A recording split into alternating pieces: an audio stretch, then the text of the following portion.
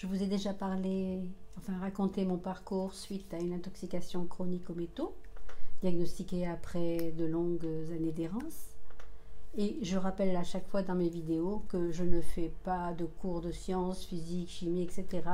On échange ici en toute simplicité. Alors, je vais vous parler maintenant des différentes sources d'intoxication.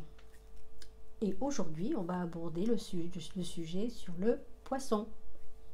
L'intoxication du poisson par le mercure.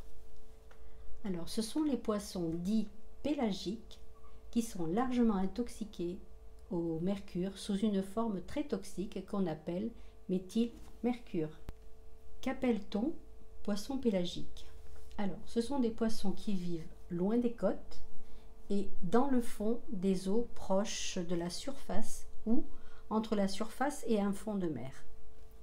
Ils vivent soit d'une part de façon grégaire, c'est-à-dire qu'ils vivent en banc comme le hareng, la sardine, les anchois, le maquereau, le thon.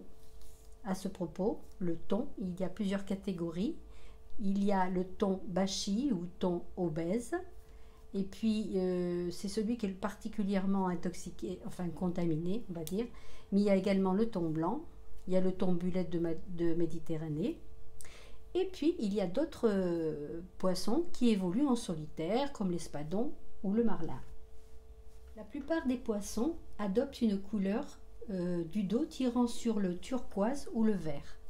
Vue du dessus, cette couleur se confond avec la couleur de l'océan et les oiseaux marins les confondent avec l'eau.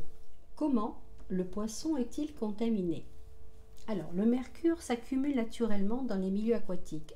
Sa provenance, les rejets industriels, les mines, les décharges, les volcans, et oui, les volcans aussi. Dans ce cas, le mercure est dispersé sous forme gazeuse dans l'air et ensuite il redescend et tombe dans les océans. C'est dans les océans que le mercure se transforme en méthylmercure. C'est la forme de mercure la plus toxique. La concentration en mercure augmente en fonction du rang du poisson dans la chaîne alimentaire. Le mercure est absorbé par les phytoplanctons, les zooplanctons, qui sont mangés par des petits poissons. Les petits poissons sont mangés par les poissons du large, qui sont eux-mêmes mangés par des plus gros poissons. Le thon bachi ou thon obèse, par exemple, le marlin, l'espadon. Et c'est le thon quand même qui possède le taux de mercure le plus élevé, c'est celui qui est le plus consommé.